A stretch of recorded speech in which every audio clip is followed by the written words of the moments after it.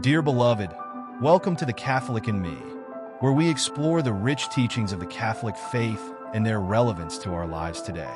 In this video, we'll be diving into a topic that has intrigued believers for centuries, the end times.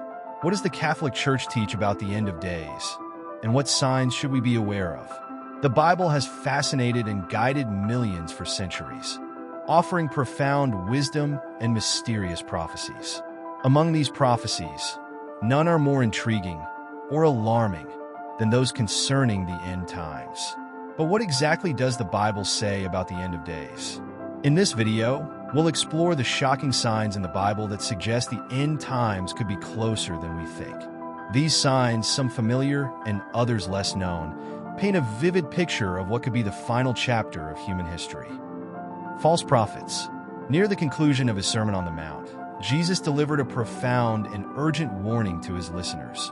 Beware of false prophets who come to you in sheep's clothing, but inwardly are ravenous wolves. Matthew 7, verse 15. This caution highlights a crucial aspect of spiritual vigilance.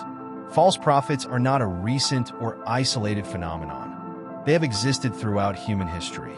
As long as God has appointed genuine prophets to guide and instruct his people, Satan has also employed deceptive individuals to mislead and corrupt. These false prophets, though appearing benign and trustworthy on the surface, are driven by malevolent intentions and seek to undermine the truth of God's message. Their aim is to lead believers astray by presenting themselves as righteous, while concealing their true, destructive nature. Understanding this distinction is vital for maintaining spiritual discernment and ensuring that we are not misled by those who seek to distort or dilute the teachings of Christ. As we navigate our faith journey, it is essential to remain vigilant and discerning, recognizing the signs of false prophecy and adhering steadfastly to the truth of the gospel. Paul's last words to the Ephesian elders, when he met with them for a farewell on the beach near Miletus, included a somber warning about inevitable false teachers. In some parts of the New Testament, false prophets are spoken of as deceitful spirits who advocate doctrines of demons, and as those who will secretly introduce destructive heresies, even denying the master who bought them. Those warnings are summarized in Matthew 7, verse 15. Note that this is not a call simply to notice or sense something, but also to be on guard against it because it is harmful. The word conveys the idea of holding the mind away. False prophets are more than wrong. They are dangerous, and we should not expose our minds to them. They pervert thinking and poison the soul. False prophets are spiritual beasts and are immeasurably more deadly than the physical ones. Both Peter and Jude call them unreasoning animals. War. The Bible often discusses wars and conflicts in the context of end times prophecies. One of the key passages is found in Matthew 24, verses 6 to 7. Where Jesus speaks to his disciples about the signs of the end times. In Matthew 24, verses 6 to 7, Jesus says, "You will hear of wars and rumors of wars, but see to it that you are not alarmed. Such things must happen, but the end is still to come. Nation will rise against nation, and kingdom against kingdom." This passage indicates that wars and conflicts are indeed part of the signs leading up to the end times, but they are not the end themselves. Rather, they are signs that the end is approaching. The book of Revelation also refers to wars in the context of the end times.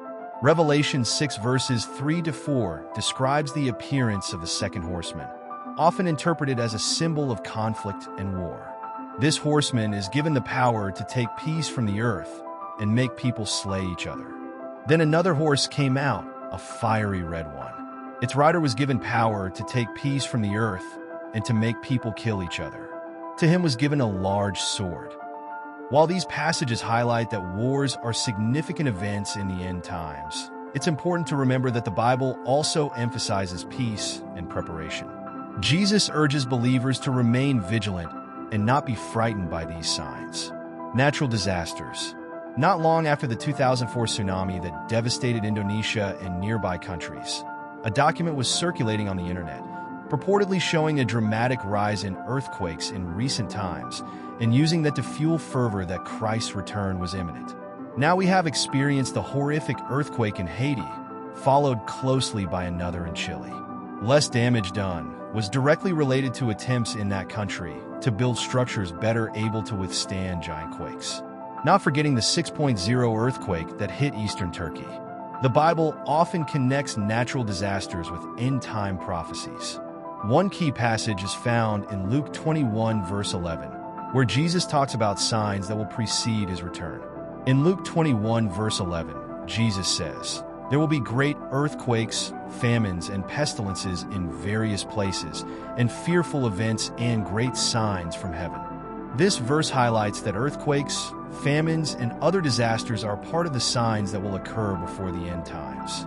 While these events can be alarming, they are described as part of a broader picture of what to expect. The book of Revelation also describes natural disasters in the context of end-time events. Revelation 6 verses 12 to 14 mentions a great earthquake as one of the signs of the end times. I watched as he opened the sixth seal. There was a great earthquake. The sun turned black like sackcloth made of goat hair. The whole moon turned blood red, and the stars in the sky fell to earth, as fig trees drop their fruit when shaken by a strong wind. The heavens receded like a scroll being rolled up, and every mountain and island was removed from its place. While natural disasters are depicted as signs of the end times, the Bible also urges us to approach these events with faith and resilience. They remind us of the impermanence of the world and the importance of being prepared spiritually. Famine and plagues. The Bible often links famine and plagues with the signs of the end times. One key passage is found in Matthew 24, verse 7, where Jesus outlines some of the signs that will precede his return. In Matthew 24, verse 7, Jesus states, "Nation will rise against nation, and kingdom against kingdom. There will be famines and earthquakes in various places." This verse highlights that famines and other disasters are part of the signs of the end times. Famines, which result from widespread scarcity of food, is depicted as one of the indicators of the approaching end. The book of Revelation also addresses these issues. In Revelation 6, verse 8, the fourth horseman is described, symbolizing death and widespread calamities. I looked, and there before me was a pale horse. Its rider was named Death, and Hades was following close behind him. They were given power over a fourth of the earth to kill by sword, famine, and plague, and by the wild beasts of the earth. The Bible has emphasized on the prophecies and has also stated that all prophecies would come to pass before the second coming of Christ. As we come to the end of this exploration into the signs of the end times, it's clear that the world around us is filled with uncertainty and change. The events we've discussed today, whether they be natural disasters, societal shifts, or spiritual warnings, are all compelling reminders of the times we are living in. Are these truly the signs that signal the end of days? While many believe so, the truth is that no one knows the exact time or hour. What's important is to remain vigilant, to stay informed, and to live each day with purpose and faith. Whether we are in the end times or not, one thing is certain: we must be prepared spiritually and mentally. Let these signs be a wake-up call to deepen our understanding, strengthen our beliefs, and foster a sense of community and compassion. Remember, the end times, if they are upon us, are not just about fear and destruction. They are also about hope, redemption, and the fulfillment of divine promises. So, keep watching, keep praying, and keep living with hope in your heart. Thank you for joining us in this thought-provoking journey. If you found this video insightful, don't forget to like, share, and subscribe to stay updated on more content like this. Stay safe, stay blessed, and until next time, take care.